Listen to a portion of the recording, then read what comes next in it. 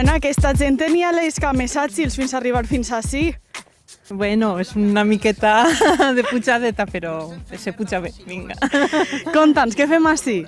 Bé, hem vingut al poblat de la Punta d'Orlei per a ensenyar-vos que la localització, el punt on se situa el poblat, ja que el poblat no està excavat i no podem veure les restes estructurals, sí que se conserven algunes restes que es van excavar en els anys 70 i 80, que és el que veiem ací en la part més elevada del poblat, que és el que anomenem Acròpolis. Es tracta de dos edificis de grans dimensions que estan fets amb carreus, amb pedres treballades, i bé, són una passada, està ple de vegetació i no es pot veure, però vos puc afirmar que els edificis tenen un sistema constructiu i uns materials que es tractaria d'edificis importants en el context del poblat. Però hem pujat ací dalt per a veure realment el punt estratègic on se situa el poblat. I com podeu veure, des d'ací es controla tot el que és la via de comunicació de sud a nord o de nord a sud. També podem veure tot el terreny, tota la plana que n'hi ha fins a la mar, i si mirem cap a l'interior també tota la via d'accés cap a l'interior de la Serra d'Espadà. Però ací s'han arribat a fer excavacions? Sí, se van fer diferents campanyes d'excavació, però se van excavar sondejos, no se van fer excavacions en extensió, que és el que veiem ara. S'han centrat aquestes excavacions en la part més elevada, es van organitzar des del Servei d'Arqueologia de la Diputació de Castelló. Després també s'han fet altres actuacions dirigides per José María García i Isabel Moraño, que han consistit en estudiar totes les estructures que es veuen a la vista i fer com una planimetria per a veure les dimensions reals del poblat. I en aquestes excavacions, què és realment el que s'ha trobat? S'han trobat sobretot materials d'època ibèrica, perquè és l'època més important del jaciment, però també s'han documentat altres fases d'ocupació. Per exemple, una del bronze final, una altra del ferro antic, que són moments anteriors a l'època ibèrica, i després també n'hi ha una ocupació en època baix imperial d'època romana, això del segle IV-V, i en època andalusina també n'hi ha una ocupació, però hi ha ocupacions més menudetes i de menor importància que la d'època ibèrica. I sabem si al voltant de la punta hi ha altres jaciments? Sí, els més propers són les necròpolis, que seria els cementaris on enterraven a la gent que vivia en època ibèrica, així en la punta. Tenim la necròpolis d'Orlei 1, que està en el vessant oest, i la necròpolis d'Orlei 2, que està en el vessant est. La necròpolis d'Orlei 1 és on es va trobar la famosa cràtera d'Orlei. Això sona molt interessant. Tens alguna cosa que fer ara? Bueno, què Tens faena. Anem a conèixer-la. Va, anem, vinga. Anna, ens trobem en el Museu Arqueològic de Borriana, on es troba la cràtera. Per què està ací? Està ací perquè quan es va trobar, als anys 60 del segle XX, la persona que va fer la troballa va fer el dipòsit en el que llavors ja era un museu arqueològic, el Museu Arqueològic de Borriana, per això està ací. I per a les més despistades i despistats, què és una cràtera? I per a què s'utilitzava? És una peça ceràmica del repertori de ceràmica grega d'un tamany mitjà, que originàriament s'utilitzava per a barrejar vi i aigua, per a contindre líquids, sobretot. I entonces per què s'ha trobat en una necròpolis ibera? S'ha trobat en la necròpolis d'Orlei perquè gràcies al comerç va arribar al poblat d'Orlei i com una peça exòtica, diguem, una peça àtica que no té res que veure en el repertori de ceràmica ibèrica, es va seleccionar com a urna cinerària per a contenir les cendres d'un personatge. Jo ja tinc ganes de veure-la en primera persona.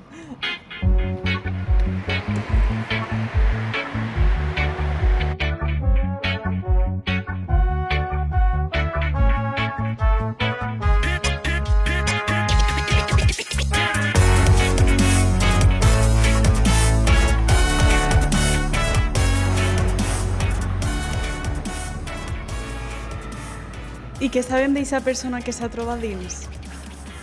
Bé, s'ha fet un estudi de les cendres perquè bé, el ritual d'enterrament ibèric suposava la cremació del cos en una pira funerària i després es recollien les cendres i es posaven dins de la urna cinerària.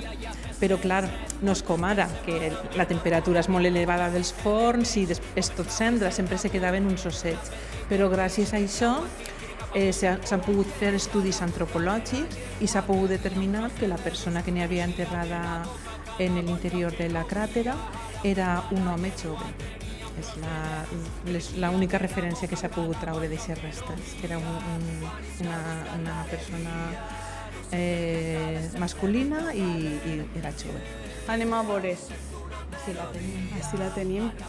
Clar, però això impacta així en primera persona, lo ben conservada que està. Sí, tenim altres fragments de peces d'aquestes característiques, tant en el poblat de Sant Josep, en la mateixa necròpolis de la Punta, però clar, una peça tan ben conservada és excepcional. Això normalment sol trobar-se en contextos de necròpolis, perquè clar, penseu que quan es fa el dipòsit, després es cobreix i ja queda protegit, a no ser que passen altres factors d'alteració postdeposicionals, però en aquest cas sí que s'ha pogut conservar, s'ha conservat sencera, està fragmentada, com veieu, i restaurada. No, clar, es recuperarien els fragmentets i s'ha restaurat, però sí que està en molt bon estat de conservació. Jo vull veure-la completa. Ara la conservadora del museu, Yaiza Capellà, ens la traurà i la podem disfrutar. Això és un privilegi, eh?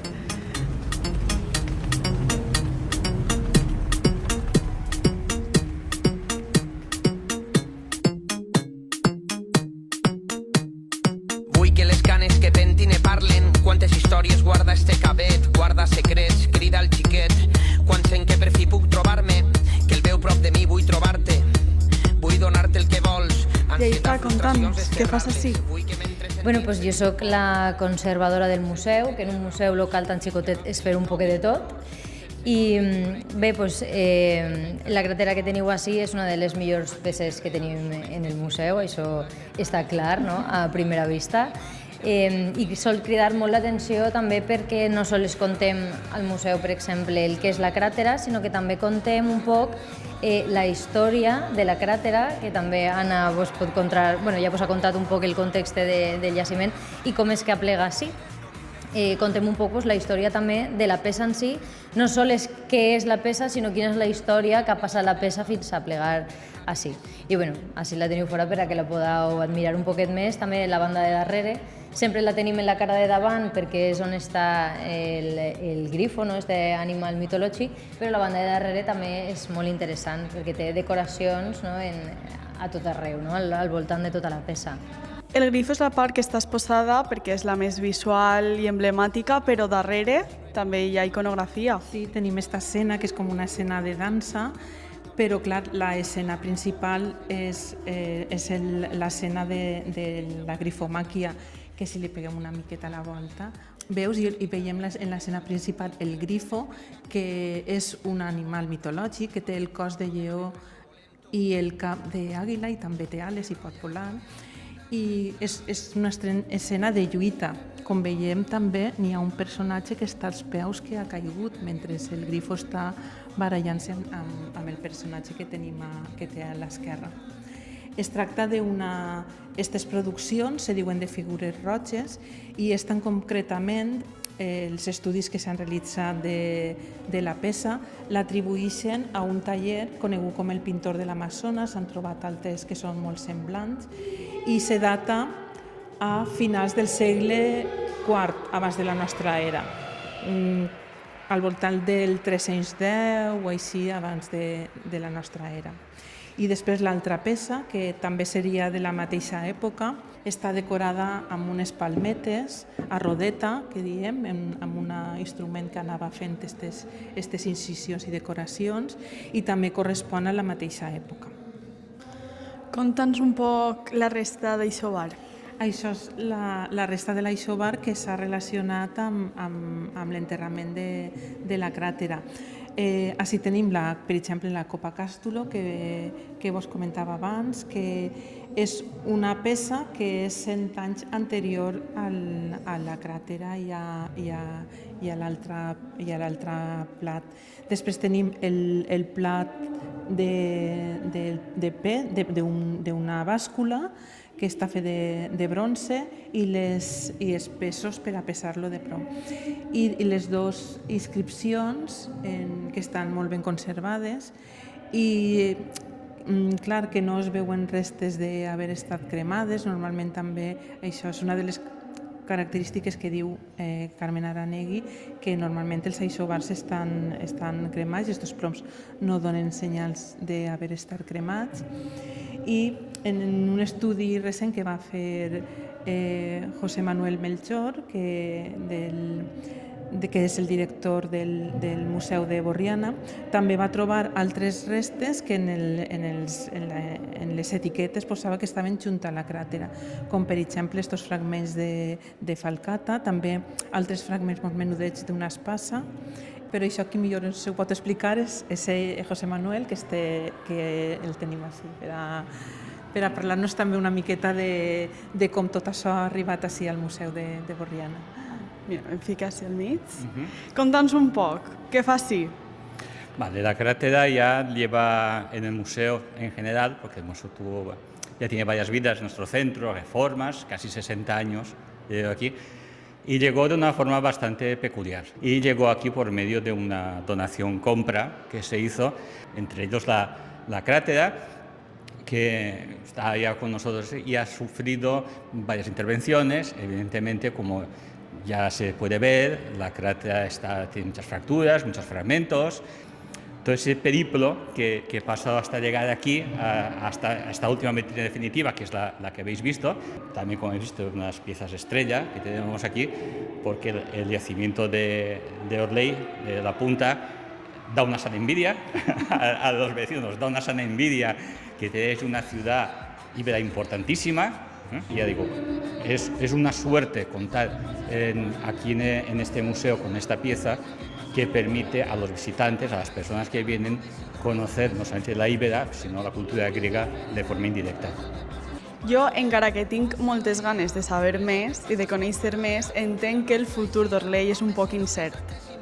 De moment sí, però bueno, sempre podem continuar fent estudis, continuant en l'estudi dels materials de les excavacions que s'han fet i plantejar nous projectes per a un futur, que podem fer alguna intervenció o bueno, ja veurem el futur que ens porta. Ho sabrem.